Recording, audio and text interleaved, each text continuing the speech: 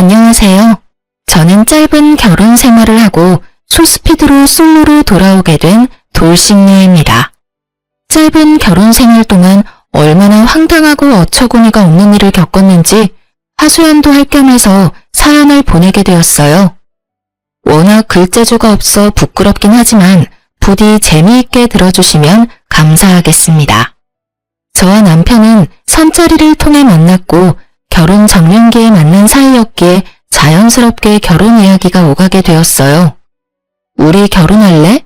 이런 이야기가 아니라 남편은 남편대로 저는 저대로 가지고 있던 계획 같은 이야기들이요. 이야기를 나눠보니 남편과 전 결혼에 대해 추구하는 바가 같았고 몇 번의 만남 뒤 자연스럽게 결혼을 전제로 한 만남이 시작되었어요. 그렇게 1년, 길다면 길고 짧다면 짧은 시간 동안 연애를 한 저희는 결혼을 하게 되었죠.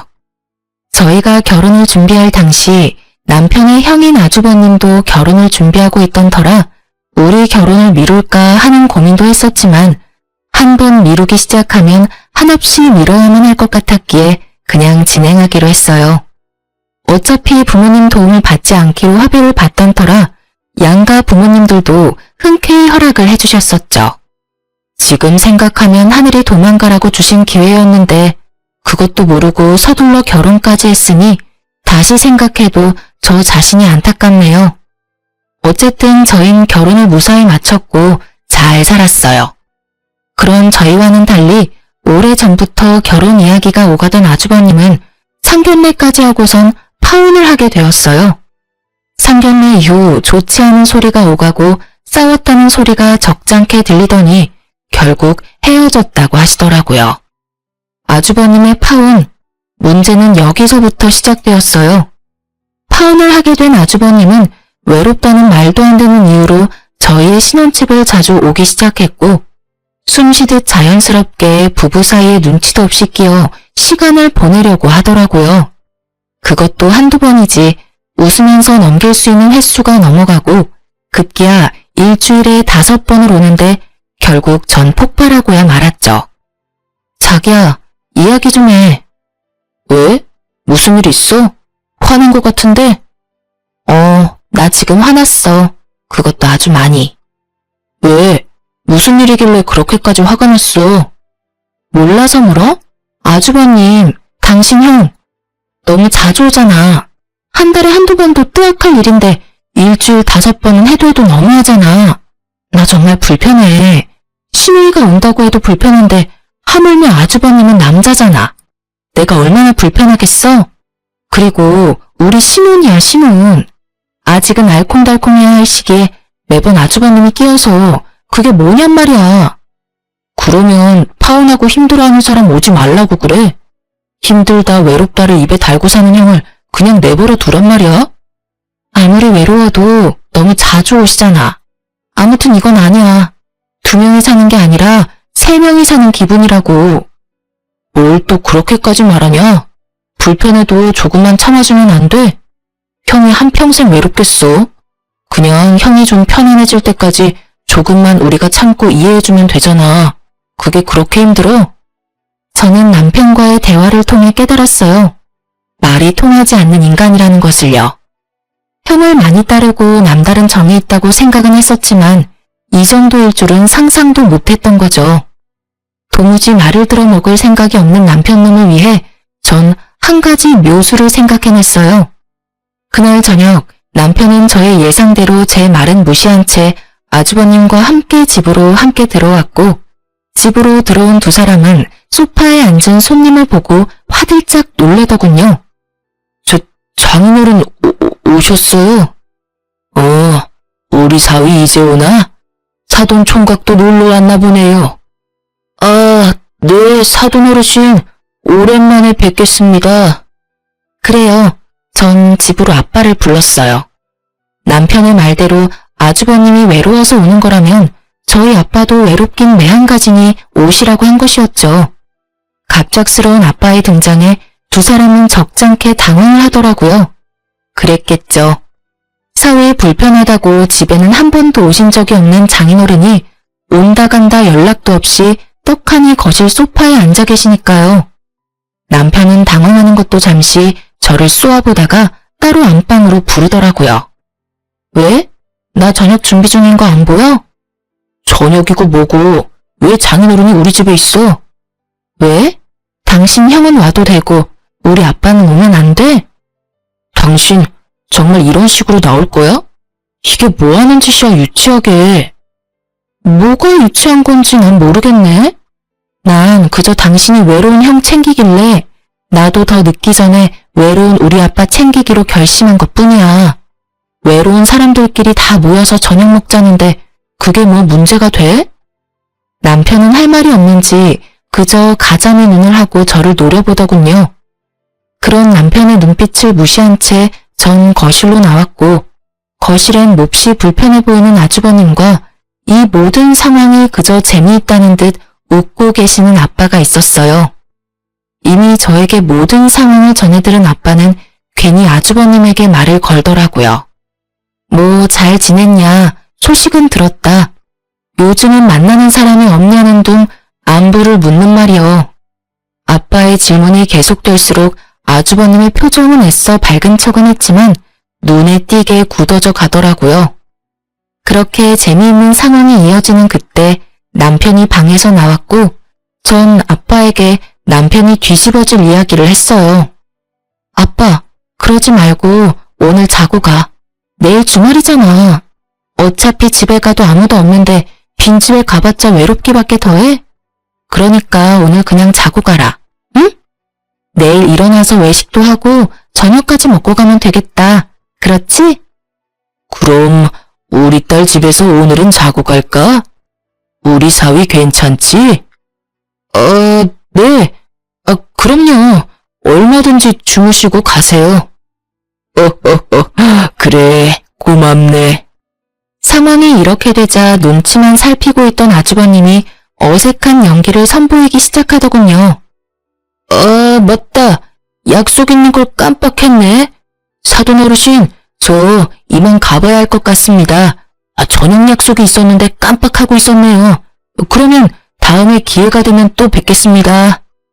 이러면서 남편한텐 제대로 인사도 못 건네고 도망가는데 그 꼴이 얼마나 웃기는지.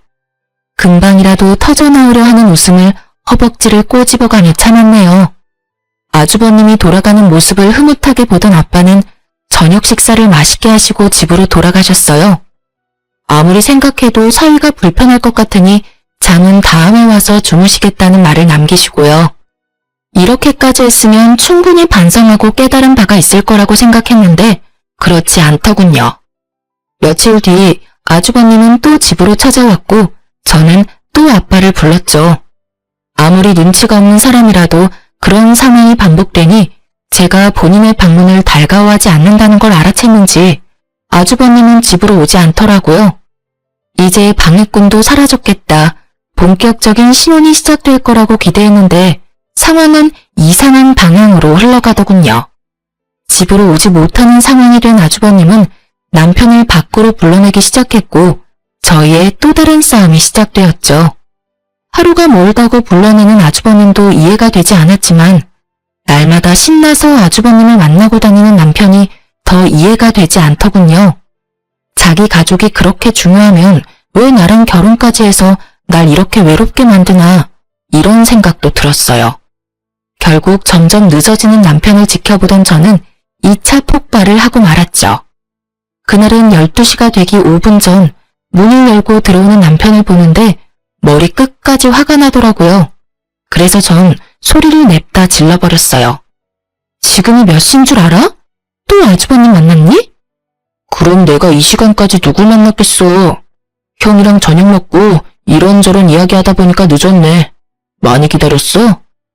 화가 머리끝까지 난 저와는 달리 남편의 표정과 말투는 평온하기 그지없었고 전 여기에서 더 흥분해봤자 저만 손해라는 생각에 긴 한숨을 쉰 후 말을 이어나갔어요.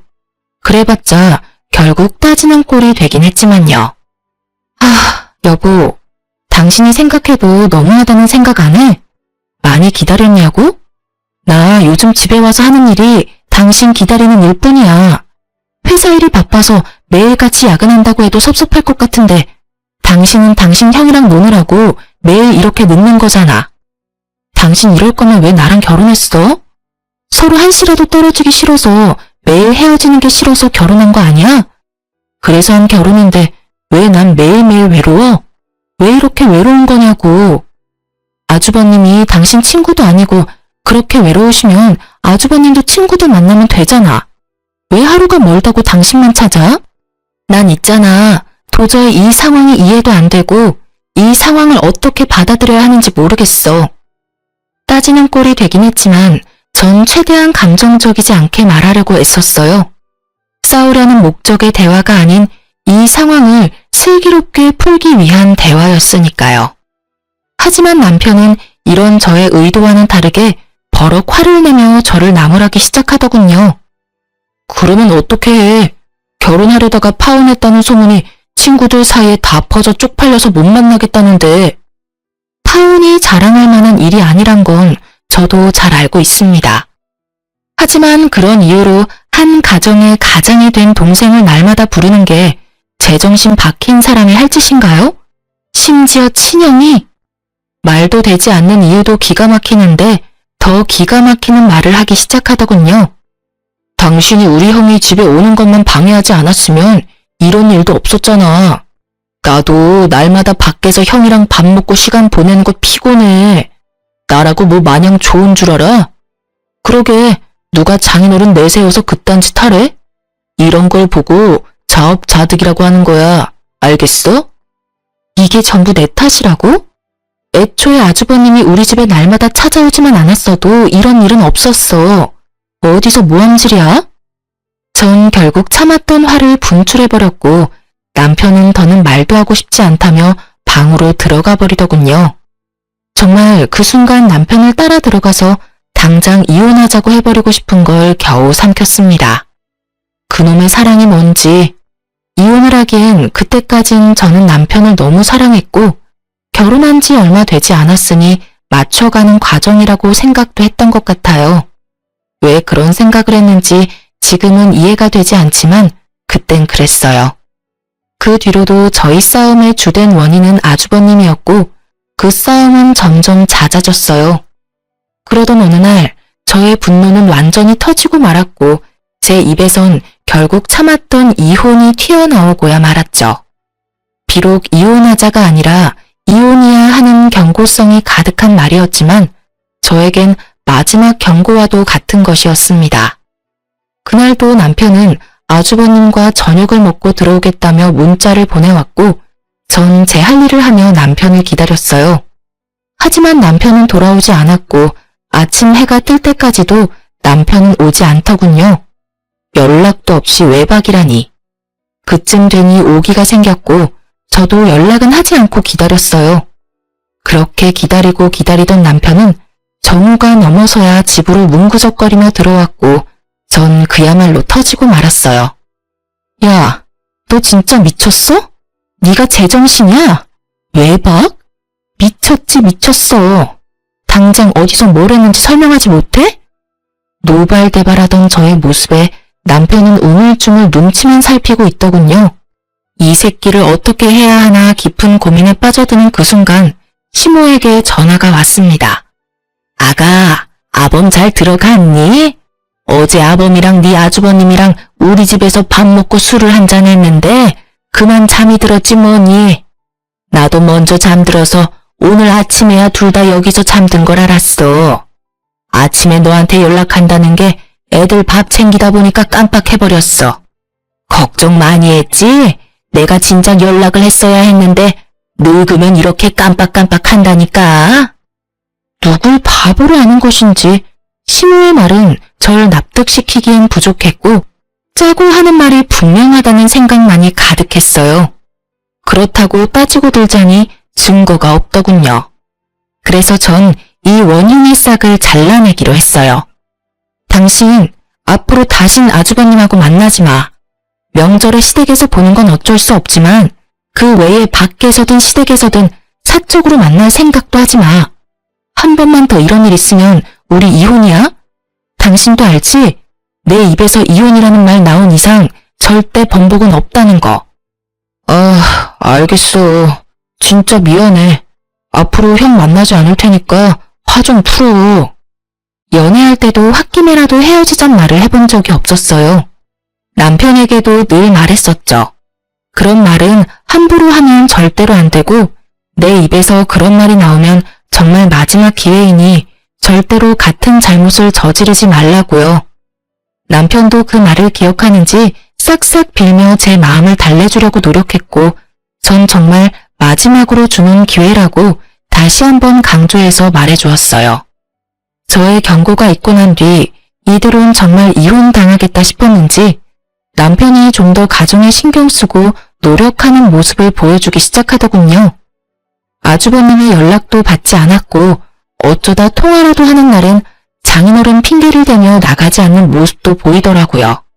전 한 번의 외박이 문득문득 떠올라 신경이 쓰이긴 했지만 한 번쯤은 그럴 수 있다.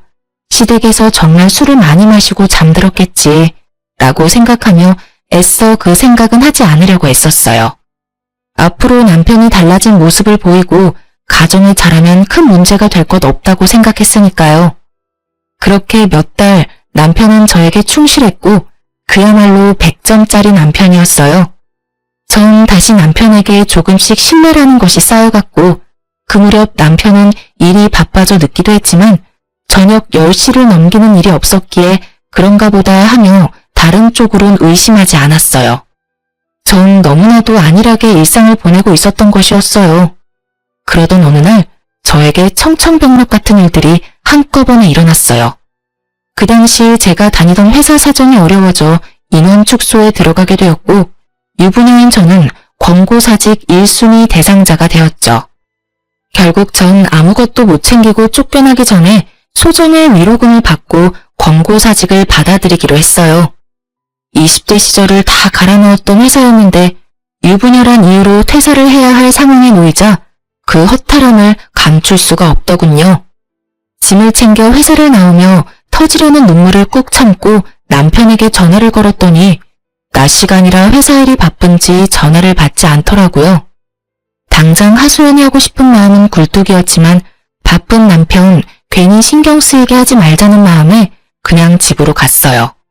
그런데 전화를 받지 않던 남편은 집에 이미 와 있더라고요. 그것도 낯선 여자와 함께요. 아침에 남편이 신고 있던 신발 옆에 제 것이 아닌 여자 구두가 현관에 나란히 있었고 두 사람은 욕실에 함께 있는 듯 목소리가 들리더군요. 이게 무슨 상황인가 아주 잠깐 멍했던 것 같아요. 하지만 이내 이 놀라운 상황이 파악되더라고요. 제가 퇴사당한 것을 상상치도 못한 남편놈은 제가 그 시간에 집으로 돌아올 거란 생각은 전혀 하지 못했고 집으로 여자를 끌어들여 욕실에서 좋은 시간을 보내느라 제가 오는 소리조차도 듣지 못했던 것입니다.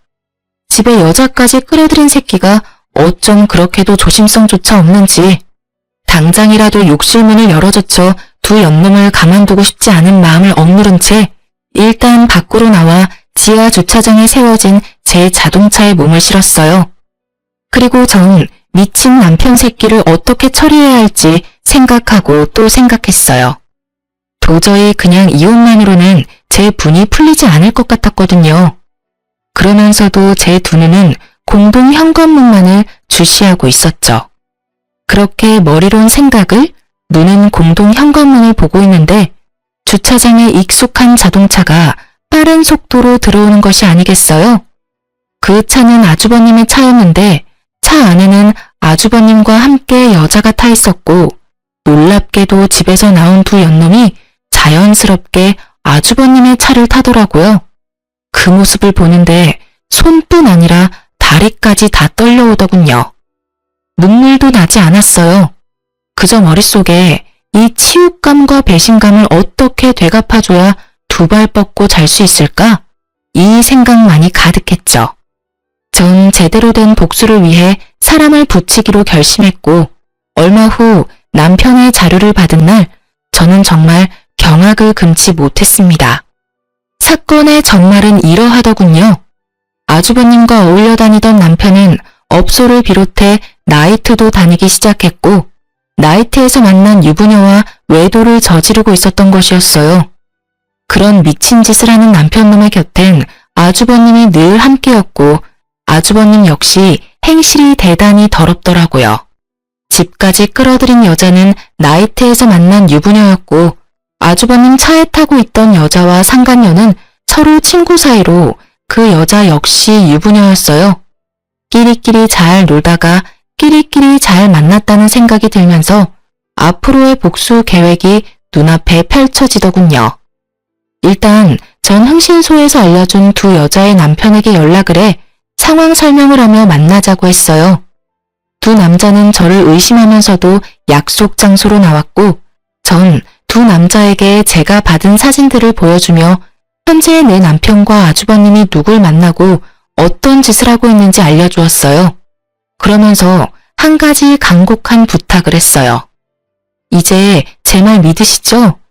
사진을 보셨다시피 지금 상황이 꽤 경악스러워요. 저도 처음에 모든 사실을 알았을 땐 믿기지도 않았고 믿고 싶지도 않았는데 애석하게도 이게 현실이더라고요. 그래서 어떻게 복수를 해야 하나 이리저리 생각해봤는데 아무리 생각해도 혼자서 하는 복수는 성에 차지 않을 것 같아서 이렇게 연락드리게 됐어요. 부탁을 좀 드리려고요. 전 상간녀 소송을 물론 진행할 예정이고 두 분께도 소송을 부탁드리려고 합니다. 제 남편 그리고 아주버님한테 상간남 소송 꼭 좀 해주세요. 부탁드립니다. 저의 부탁에 두 남자는 굳이 부탁까지 하지 않아도 당연히 소송을 하려고 했다며 흔쾌히 저의 뜻에 따라주기로 했습니다. 그렇게 약속을 받아낸 저는 지체하지 않고 점심시간에 맞춰 남편의 회사 앞에 찾아갔어요. 저의 예상대로 사람들이 줄지어 나오고 있었고 남편 역시 그 사이에서 모습을 드러내더라고요. 저를 발견한 남편은 반가운 얼굴을 하며 달려왔고 전 준비된 말을 했어요. 여보, 회사 앞까지 무슨 일이야? 밥은? 점심 같이 하려고 왔어? 점심 같은 소리 하네. 이혼하자고 말하려고 왔어. 우리 이혼하자. 뭐? 이혼? 갑자기 무슨 이혼이야. 말을 알아들을 수 있게 해.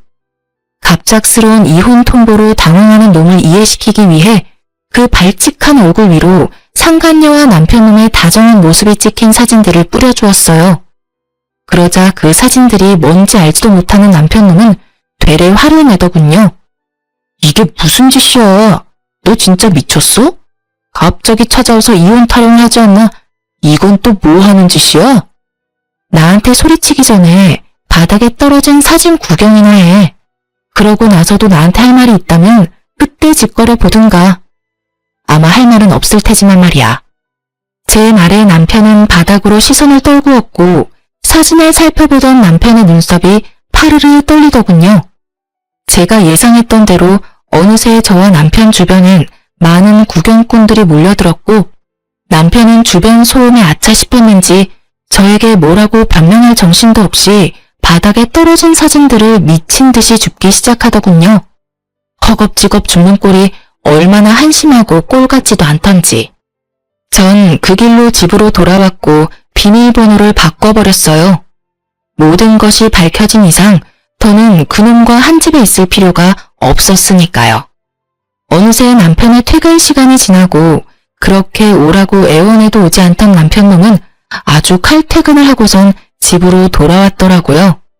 비밀번호를 누르는 소리와 문을 두드리는 소리가 번갈아가며 들려왔지만 당연히 전 문을 열어줄 생각이 없었고 조용하다 싶었던 남편은 시댁으로 갔는지 시모에게서 전화가 오기 시작하더군요.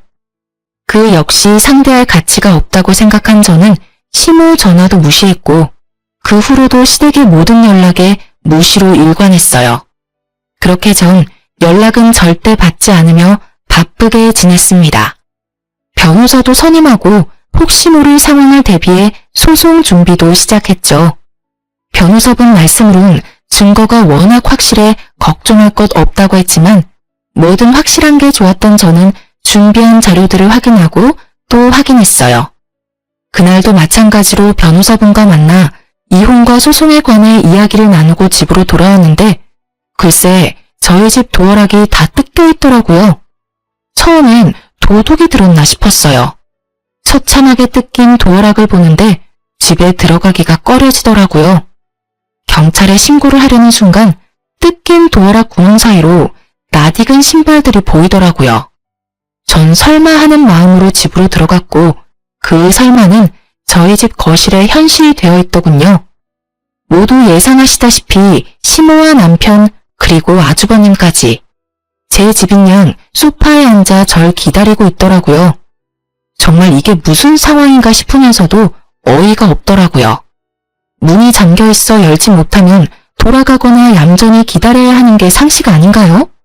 남의 집 도어락을 뜯어내는 것이 범죄라는 걸 전혀 알지 못하는 듯 세 사람은 제가 집으로 들어가자 각자 팔짱을 끼며 노려보더군요. 이게 무슨 짓들이세요? 밖이 너무 춥지 않니? 비밀번호는 모르고 그렇다고 다 늙은 내가 언제까지고 기다릴 순 없는 일이지 않니? 그래서 사람 불러서 문 좀 열고 들어왔다. 그렇다고 남의 집 문을 뜯으면 안 되죠. 이거 전부 범죄라고요. 알긴 아세요? 뭐? 범죄? 너 정말 말 섭섭하게 한다. 에휴, 일단 흥분을 가라앉히고 좀 앉아보렴. 당장 경찰을 불러야 하나 하는 고민도 있었지만 문득 무슨 말을 하려고 저리도 당당한 표정인가 싶어 대화라는 걸 해보기로 했어요. 당당한 얼굴을 한 시모의 입에서 나오는 말은 뻔뻔하기 그지없더라고요. 내 이야기 다 들었다. 네 마음이 어떨지는 같은 여자인 내가 잘 알아. 그렇지만 그렇다고 멀쩡한 남편을 닭 쫓듯이 쫓아내면 어떡하니? 남자가 사회생활을 하다 보면 실수할 수도 있고 그런 법이야. 그런 걸로 쫓아내고 이혼하면 이 세상에 관계를 유지하고 있는 부부가 어디 있겠어? 이게 무슨 개소리인가요?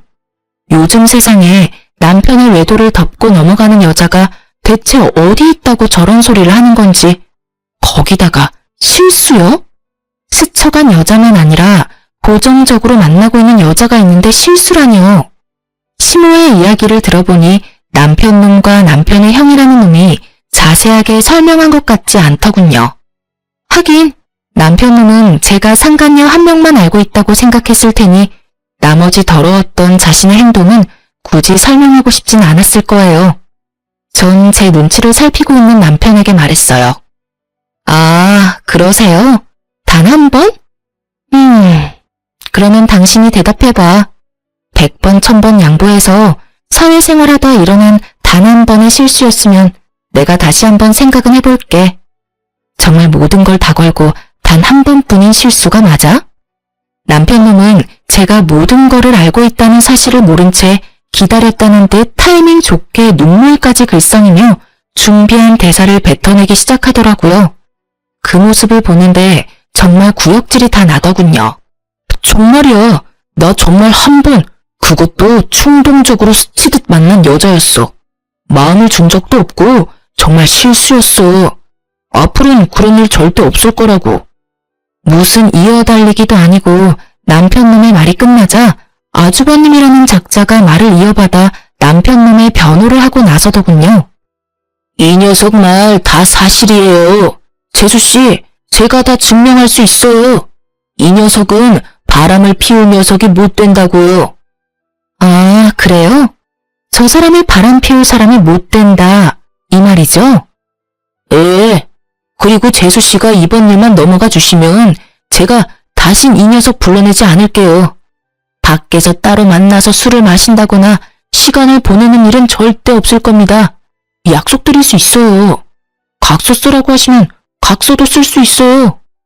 이런 와중에도 당당한 시모와 금방이라도 내게 무릎을 꿇고 싹싹 빌 것만 같은 두 남자를 보고 있자니 어이가 없어 웃어버렸어요.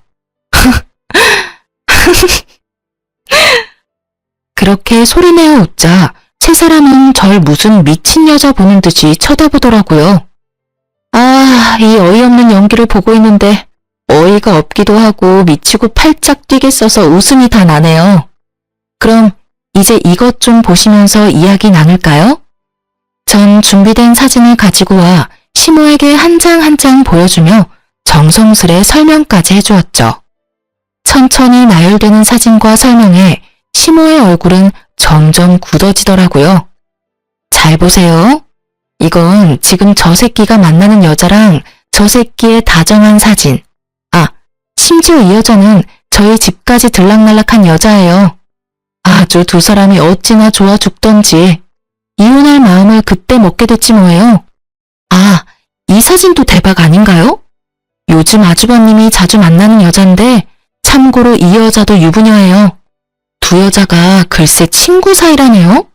끼리끼리 잘 놀고 잘 만나지 않았나요? 그리고 이건 바람 피우고 있는 여자가 있으면서도 부지런히 아들 두 분이 나이트를 밤마다 들락날락하고 있는 사진. 이 사진 보고서 제가 충격이 제일 컸는데 한번 봐보세요. 이건 나이트에서 성과가 좋지 않은 날에 가서 놀던 업소예요. 아, 아시죠? 그 외에 여성분들이 상시 대기하고 있는 그런 곳이요. 여러모로 참 놀랍더라고요. 그 중에서도 제일 놀랐던 게 체력이에요. 정말 체력도 대단하지 않아요? 이러고 밤늦게까지 놀고 집에 들어왔으니 짤 틈도 없이 머리만 쳐대면 잠을 잤겠죠. 사진을 꺼내자마자 얼굴부터 굳은 시모는 술집 여자 사진에서 표정이 확 썩어가더군요. 당연한 일이었죠. 제가 아는 시모는 아들의 외도 때문에 집에서 쫓겨났다는 사실만으로도 내심 큰 충격에 빠졌을 텐데 겨우 마음을 추스르고 어떻게든 제 길을 죽여 아들의 이혼을 막아보고자 하는 마음으로 이곳에 왔을 테니까요. 그런데 상간녀만 있는 것도 아니고 한두 번도 아닌 거의 날마다 여자를 찾아 헤매고 다녔다는 사실은 꿈에서라도 상상하지 못했을 테니까요. 제가 모든 사실을 알고 증거까지 충분하다는 사실이 밝혀지고 난 후 세 사람은 서로의 눈치를 살피며 이 난관을 어떻게 헤쳐나가야 할지 고민에 빠진 듯 보이더군요. 그런 세 사람을 보던 제 입가에는 미소가 걸렸고 이내 저의 표정을 본 시모는 이런 와중에도 제가 지 아들보다 우위에 서 있는 꼴이 보기 싫었는지 실수라는 말은 쏙 넣어버리고 태세를 바꿔 어떻게든 저를 이겨먹으려고 노력하더라고요. 에휴, 그래. 어떤 상황인지는 잘 알겠고 그래서 이혼을 바란다 이 말이지? 그럼 그렇게 하도록 하자. 그깟 이혼 여자는 몰라도 남자한테 흔들 거 하나 없어. 이왕 이혼 이야기 나왔으면 더 지체할 필요도 없지 않겠니? 그게 호적이든 집이든 말이야. 당연하죠. 전 하루라도 빨리 이혼하고 싶어요. 그러니 아들한테 소송까지 갈 필요 없게 원만한 합의 좀 해주라고 해주세요. 그건 걱정하지 마라. 우리 아들이라고 니까지 것한테 미련이 있는 줄 아니? 오늘도 안 오고 이혼하겠다는 거 내가 겨우 사정사정해서 데리고 왔다. 이럴 줄 알았으면 그냥 나만 오는 거였는데 내가 지금 후회가 커. 아, 그러셨어요? 그러면 이혼은 하기로 했고 더 할 말 없으면 이만 좀 가주실래요, 다들?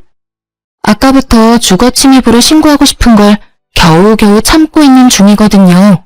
아가, 아니 얘, 그게 무슨 말이니? 나가려면 네가 나가야지. 어머님, 아니 아줌마, 왜 내가 나가요? 나가려면 당신네들이 나가야죠. 참, 여기 엄연한 내 아들 집이다. 그러니 당연히 네가 나가야지. 지금까진 어떻게든 둘이 화해시켜보려고 네가 내 아들 쫓아내고 내 아들 집에서 혼자 편히 지내는 걸 내가 두고 보고 있었지만 이젠 아니지. 네가 내 아들과 기어코 이혼하겠다고 하니 더는 여기서 지내는 꼴은 못 본다. 그러니 지금 당장 짐 챙겨서 나가. 그렇지 않으면 네가 부르겠다고 한 경찰 내가 지금 부를 테니 말이다. 무슨 이야기의 서두가 이렇게나 긴가 싶었더니 결국 집 이야기더군요. 설마 하며 생각은 했었지만 이 정도로 시모가 아는 것이 없을 줄이야. 시모의 당당한 요구와는 달리 형제의 눈동자는 급격하게 갈 곳을 잃고 흔들리고 있더라고요. 그 눈빛에서 제발 아무 말도 하지 말아달라는 간절함이 보였지만 전 그렇게 해줄 생각이 없었고 진실을 시모에게 말해주었어요. 아줌마, 그러니까 당신들이 나가란 말이에요. 무슨 말인지 모르겠어요? 여기 내 명의, 내 집이에요. 제 말에 시모는 이때껏 보이던 차분하고 당당한 모습은 온데간데 없이 사라지고 노발대발하며 흥분을 하기 시작하더라고요. 뭐? 그게 무슨 소리니? 아무리 집 사는데 네 돈이 좀 들어갔다고 한들 당연히 집은 남자 명의로 했어야지. 절대 이 집은 포기 못한다. 내 아들 돈이 네 돈보다 훨씬 많이 들어갔어. 난 소송을 해서라도 집 지킬 테니 그런 줄 알아. 당연하지 않은 말을 당연하게 뱉고 있는 시모의 입에서 급기야 소송이라는 단어가 나왔고 전 굳이 제 입으로 말하기 싫었던 사실까지 말하게 되었어요. 아줌마, 잘 들으세요. 이 집에 아줌마 아들 돈은 땡전 한 푼도 안 들어갔어요. 이 집 살 당시에 그 잘나신 아줌마 큰아들이 도박 빚으로 결혼 자금까지 다 날려먹었어요. 그래서 아줌마 둘째 아들이 자기 결혼 자금을 털어서 그걸 도와줬고요. 그러니 어떻게 했겠어요? 그때서야 파혼을 할 수도 없는 노릇이고 그냥 제가 가지고 있던 돈이랑 친정에서 조금 빌려서 제가 잔금 치렀어요. 그때 파혼을 해야 했는데 참 제가 후회가 깊네요. 맞습니다. 당시 살고 있던 신혼집은 전부 제 돈으로 마련한 제 명의의 집이었어요. 계약금을 치르고 잔금일을 3일 앞둔 날 남편이 돈이 없다고 하더라고요. 형이 도박으로 돈을 다 날려 결혼할 돈이 없어 결혼을 못하게 생겼다나 어쨌다나? 그래서 남편이 모은 돈을 형에게 다 빌려줬다고 하더라고요. 그 모은 돈은 잔금을 치를 돈이었는데 말이죠. 참 황당했죠. 어이도 없었고요. 이때 파혼을 고민하지 않았던 건 아니었어요. 파혼에 대한 고민을 엄청나게 했었어요. 계약금? 물론 계약금이 아까운 이유도 없진 않았겠죠. 하지만 제가 파혼을 하지 않고 결혼을 진행했던 건 단 한 가지. 남편을 사랑했기 때문이었어요. 그놈의 사랑이 뭐라고 이혼이라는 결과가 기다리고 있는 줄 알았다면 그때 파혼을 했을 텐데 제 한치 앞이 뻔히 보이는데도 불구하고 왜 앞날을 애써 무시했는지. 결국 저를 기다리는 한치 앞은 남편의 무관심과 외도뿐이었는데 말이죠. 어쨌든 전 남편에게 큰 돈을 쓸 땐 나와 꼭 상의하라는 당부와 함께 집 잔금을 제가 치렀고 그렇게 결혼을 하게 된 것이었어요. 그랬기에 저는 남편 놈이 형과 어울려 노는 꼴이 더욱 꺼려졌던 것인데 설마 동생 인생까지 망치기로 작정한 사람이 아니고서야 데리고 다니면서 애먼 짓을 하겠나 싶었더니 제 믿음의 결과가 결국 이런 것이 되어버렸습니다. 그때를 회상하니 저 자신이 더욱 한심해지더군요. 그래서 전 이번만은 절대 그냥 넘길 수 없다는 다짐을 하며 더욱 단호하게 남편에게 말했어요. 난 절대 타협이나 용서는 없어. 난 너한테 이때껏 분에 넘치는 기회들을 줬고 그 기회와 내 믿음을 다 망가뜨린 건 너야. 그러니까 이제 와서 뭘 어떻게 해볼 생각은 하지도 마. 아무 말도 하지 않는 남편과 저의 단호한 태도를 보고 모든 것이 진실임을 깨달은 시모는 두 아들에게 화를 내고선 집에서 나가버리더군요. 이 인간 같지도 않은 것들. 너희가 그러고도 인간이야? 어찌 이렇게 하나같이 모자랄 수가 있어? 바람 피운 것까지도 내가 뼈를 깎는 심정으로 이해하려고 해봤다. 그런데 뭐? 없소? 술집 여자, 유부녀? 너희가 제정신이야? 그리고 넌 놀라면 혼자 놀고 망하려면 혼자 망하던가. 네 도박 자금을 동생이 갚아줘? 동생 데리고 나이트를 다녀? 으이 미친 것들아. 집에 올 생각은 하지도 마라. 알겠어? 시모가 나가고 나자 두 사람은 더는 남은 돌파구가 없다는 것을 깨달았는지 본격적으로 저에게 무릎을 꿇고 빌기 시작하더군요. 여보, 내가 이혼은 할게. 당신 원하는 대로 다 할 거야. 그런데 우리 회사에 다시 가서 모든 게 오해였다고 해줄 순 없을까? 나 당신이 회사 앞에 와서 난동 부린 덕에 회사 생활도 힘들고 이대로 가다간 곧 잘리게 생겼다고. 그러니까 제발 부탁이야. 눈 한 번 딱 감고 와서 다 오해였다고 한마디만 해주라. 응? 재수씨, 상간녀 소송만은 안 하시면 안 될까요? 그 두 여자 남편끼리도 서로 사이가 좋아서 한 명이 상간녀 소송 걸리면 제가 만나는 여자도 의심받을 거라고요. 전 그 여자랑 잠시 만나려고 했던 것뿐이지 이혼까지 시켜서 같이 살 생각은 없었다고요. 한번 갔다 온 여자랑 누가 살고 싶겠어요? 그냥 스쳐가는 바람 같은 존재였어요. 그러니까 상간녀 소송만은 참아주세요. 이렇게 부탁드립니다. 그래. 그러니까 당신이 우리 한 번만 더 용서하고 부탁 좀 들어줘. 상간녀 소송하려고 모았던 증거들 다 버리고 버리는 김에 우리 회사에 와서 다 오해라고 말해주면 되겠다. 그렇지? 어쩌면 이렇게나 뻔뻔할 수가 있는지 깊은 반성을 하며 빌어도 용서할 마음이 눈꼽만치도 생기지 않는 마당에 들을 필요도 없는 뻔뻔한 부탁을 하더라고요. 특히 같이 살 생각이 없다는 말에 비웃음이 피식하고 튀어나와 버렸지 뭐예요.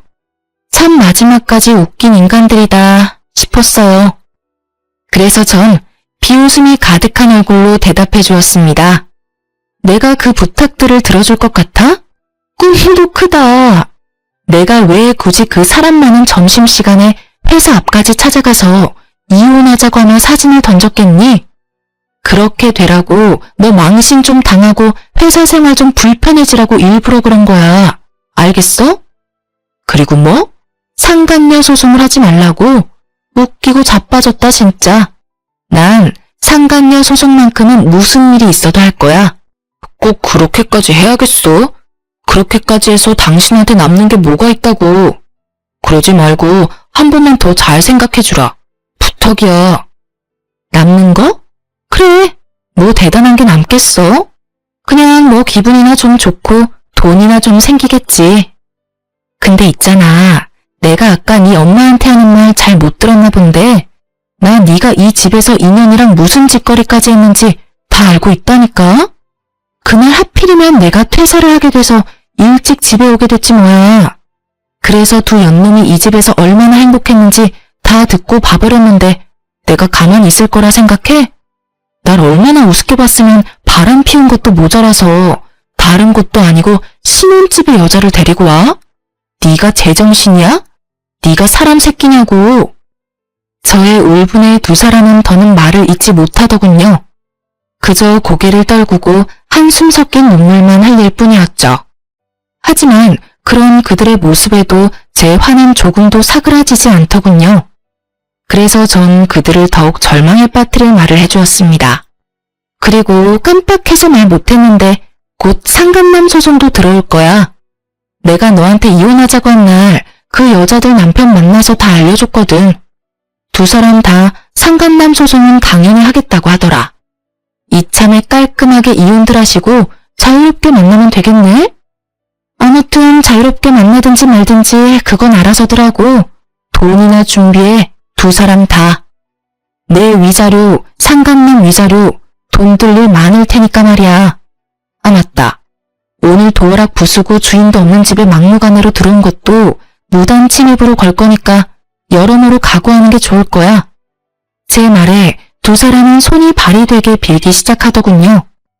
이미 제 손을 떠난 일인데도 불구하고 말이죠.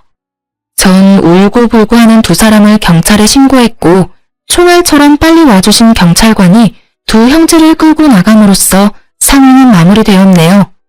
그 뒤론 일사천리였어요. 이혼하는 데까지 시간이 걸리긴 했지만요.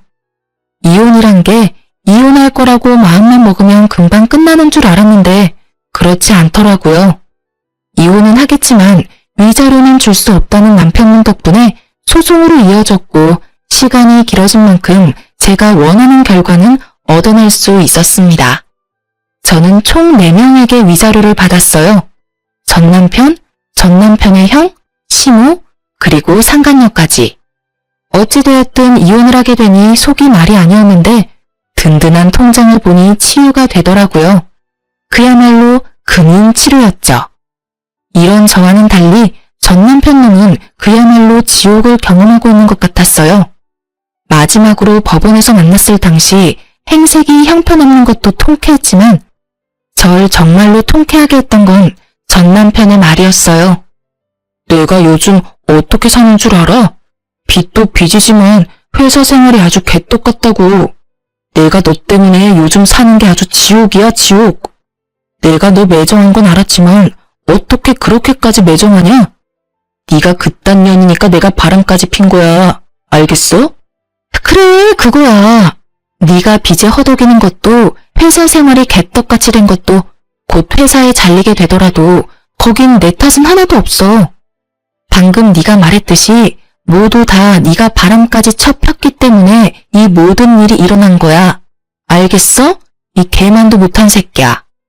아, 내가 개만도 못한 놈이랑 무슨 말을 하고 있냐. 그냥 갈 길 가고 다신 마주치지도 말자. 부탁이다. 어? 이렇게 그놈과의 짧지만 질긴 인연이 끝이 났어요. 법원에서 들은 말인데 전남편도 전남편이지만 그 형도 여기저기 위자료를 주느라 빚더미에 앉았다고 하더라고요. 끝까지 두 아들을 거부하던 시무는 두 아들이 빚더미에 앉게 되자 결국 받아줬다고 하더군요. 기껏 다 키워서 출가시켰던 아들들이 빚만 가득하는 채 다시 돌아왔을 때의 그 심정. 경험해보지 않아도 노년이 아주 고달플 거란 것은 확실히 알겠더라고요. 거기에다가 회사까지 잘리게 되면 꽤 볼만할 것 같지 않나요? 요즘 전 꽤 괜찮게 살고 있어요. 짧은 결혼 생활로 이혼녀 딱지가 붙어버린 사실이 때론 좀 억울하긴 하지만 그런 생각이 들 때면 금융치료로 재빠르게 생각을 환기시켜주고 있어요. 그러면서 그 모든 걸 참고 살았으면 제 명예에 살지 못했을 거라며 위안으로 삼고 있어요. 아, 취업도 했어요. 비록 아빠의 사업체이긴 하지만요. 지금은 격리 업무를 보고 있긴 하지만 곧 현장에도 투입되어 실무도 배우게 될 것 같아요. 아빠 사업체로 취업하며 집도 처분했고 시집을 가기 전과 마찬가지로 아빠와 함께 살고 있어요. 아무래도 이혼 후 제 상태가 불안정해 보이셨는지 외롭다는 핑계로 들어왔으면 한다고 하시더라고요. 그렇게 아빠와 다시 살게 된 저는 아빠의 잔소리가 심한 날엔 사춘기 소녀처럼 아빠와 투닥이기도 해요. 이혼하고 다시 집으로 돌아올 땐 아빠에게 상처 드린 만큼 더 잘할 거라고 다짐 또 다짐을 했었는데 정신 차려보면 아빠 잔소리에 도망치는 제 자신을 발견하네요. 하지만 입가에 옅은 미소가 걸리신 걸 보니 아빠는 즐기고 계신 것 같아 저도 이 또한 행복이라고 여기며 효도하고 살아보려고요. 하여튼 저는 아주 잘 지내고 있습니다. 이로써 저의 사연은 끝이 났네요. 이제 남은 업무 처리하러 돌아가 볼게요. 사연 들어주신 모든 분 감사합니다. 좋은 하루 되세요.